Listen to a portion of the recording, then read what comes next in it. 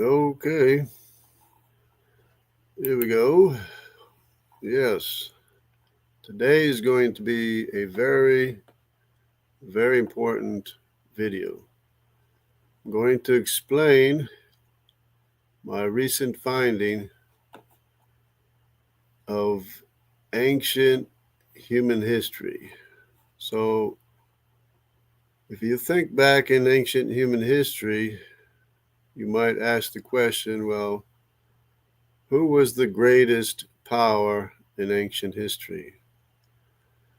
The world back then was very different, but there was a power, basically a menace or a power that was very, very significant in ancient human history.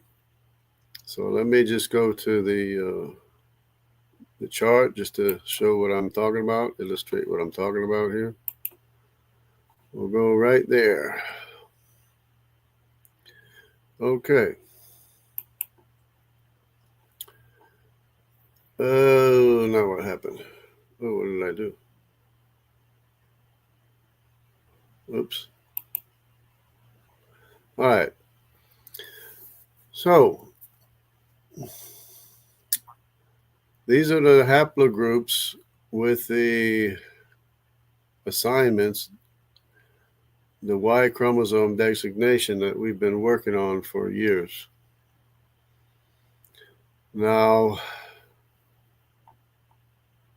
there's a lot of confusion in ancient history because you talk about Sumerian is not mentioned in the Bible, but Babylon is.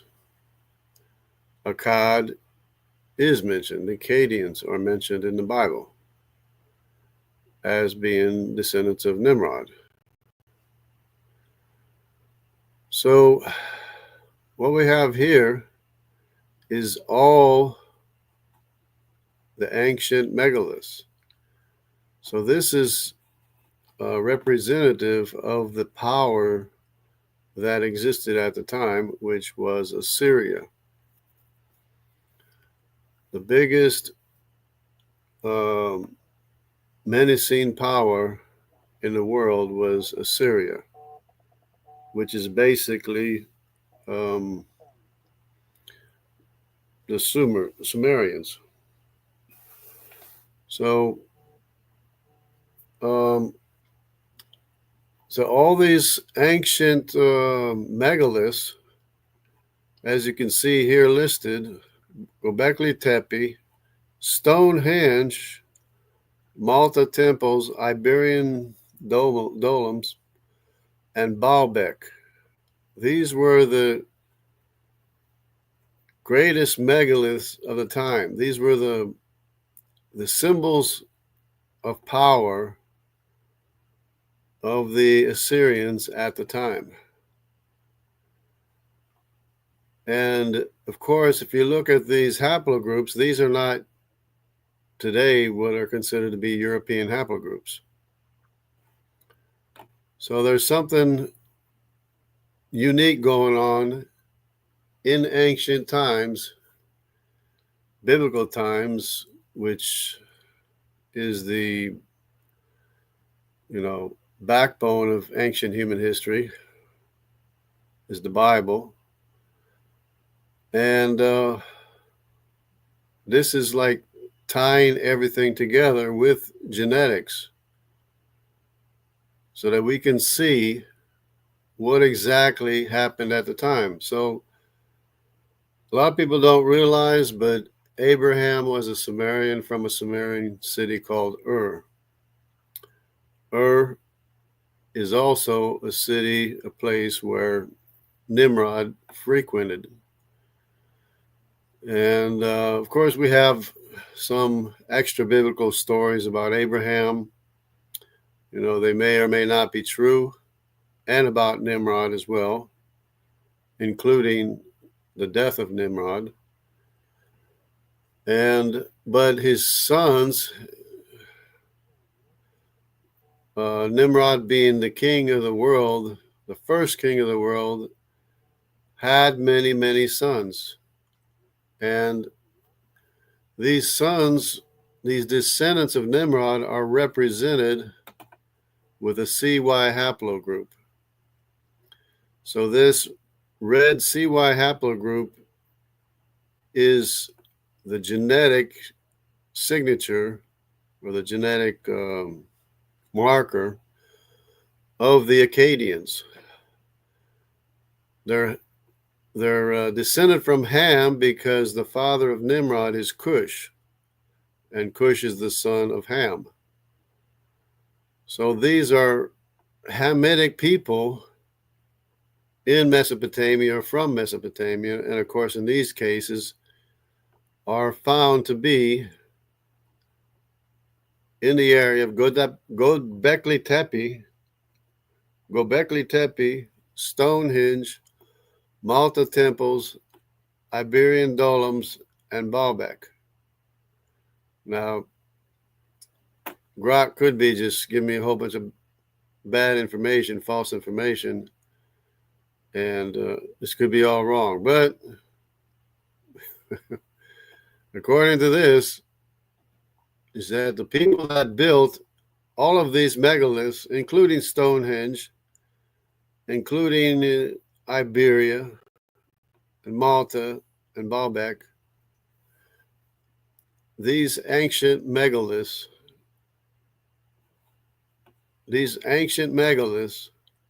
were built by the ruling class of Assyria, which is the Akkadians. The G haplogroup is the haplogroup of the Assyrians. The I2 haplogroup, which brings up the question, why I2 and not I1? Turns out that I1 had left the area. I1, representing the tribe of Dan, had already left Israel, as you can see here. So what this represents, this I2 and this J, you know what this is? This is Israel. So the Israelite slaves, along with Assyrians, they built Göbekli Tepe, Stonehenge, Malta temples, Iberian Doloms, and Baalbek. And this is just to me, is such an amazing discovery. And this is like the biggest thing in ancient history at the time. This is the symbols of power, the symbols of power in the world. And of course, we know that Nimrod, having a quote-unquote house of Nimrod, having a house of Nimrod, had many male offspring. So he is a great-grandson of Noah. The reason why he has his own haplogroup, C, which is Hamitic, of course, is because he had many, many offspring. He was the king of the world. So this C haplogroup is found virtually everywhere in the world except for Africa, because him and his descendants never went to Africa. Of course, Nimrod never went to Africa, at least not permanently or for a good time. And neither did his sons or his descendants go to Africa. But they did build all these megaliths: Göbekli Tepe, Stonehenge, Malta, Iberian Doloms, and Baalbek. Now, to me, I don't know, this is, as the title of this video says, this is such a beautiful thing, because this ties everything together in ancient world history. Because it was Nimrod who built Akkad and Nineveh and those places. Of course, Nineveh was a huge, huge city. It was almost like a state.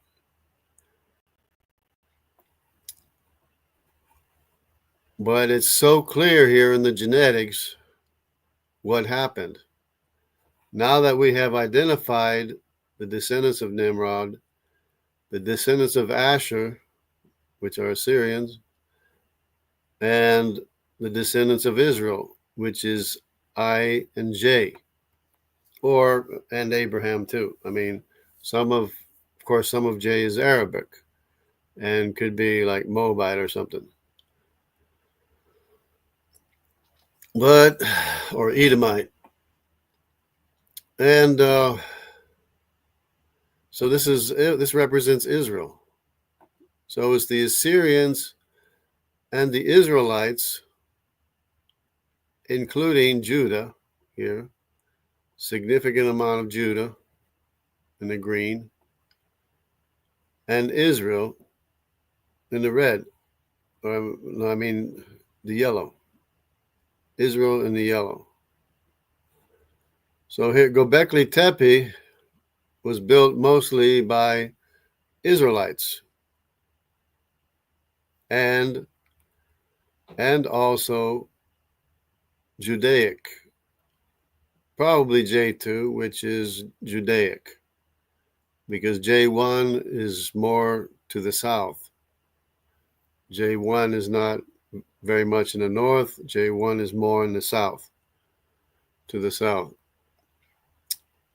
But of course, J2, Judah, was exiled to Assyria, as well as Israel.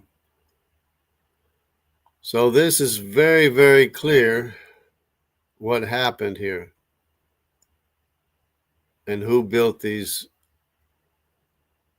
symbols of power at the time, ancient human history. Each one of these megaliths, people have wondered, oh, who built it?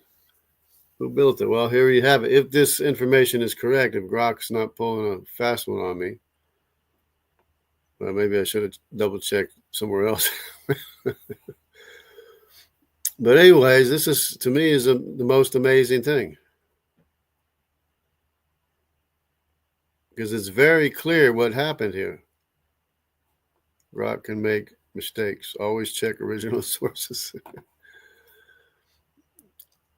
So I'll just double check, make sure this is true here, and we'll make a big deal out of it and let everybody know. So if you see this video, tell your friends, your history buff friends and everything, that you know something about ancient history that they don't know. And it's clear as day. Every megalith site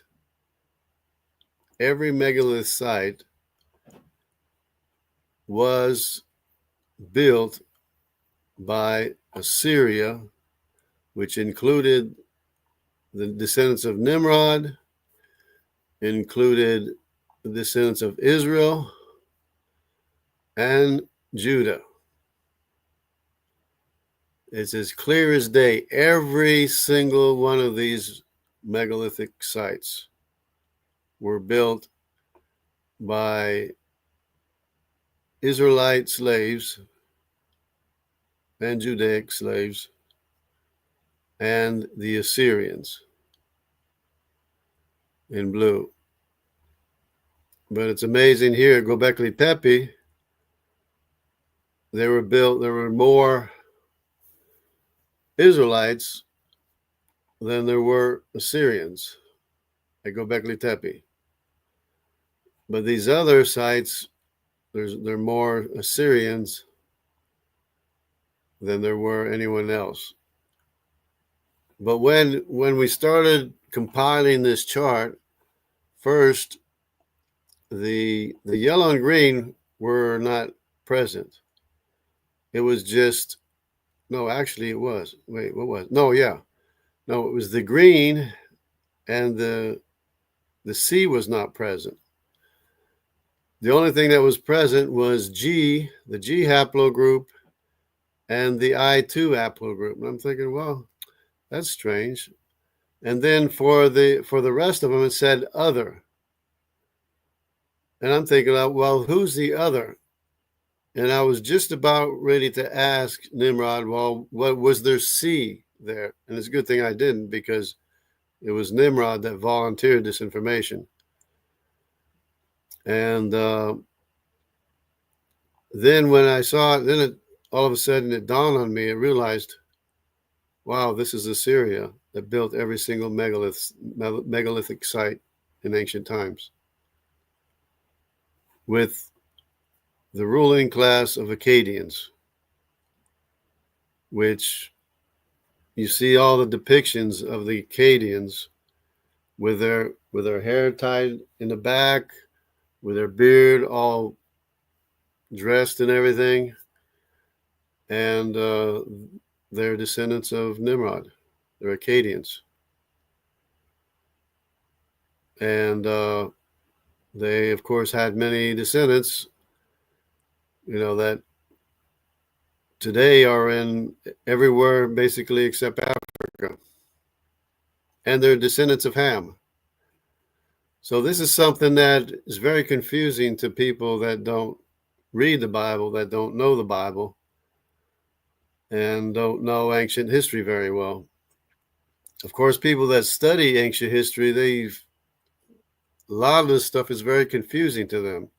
They talk about Neolithic farmers and hunters and gatherers, but if you look at the DNA and identify who everyone is, it's very clear what happened in each of these megalithic sites, including this at Baalbek, where they have 1,000-ton stone that nobody knows how they moved it or cut it. It's 1,000 tons. We don't have equipment that can move 1,000-ton stone. But anyways, this is very, very interesting.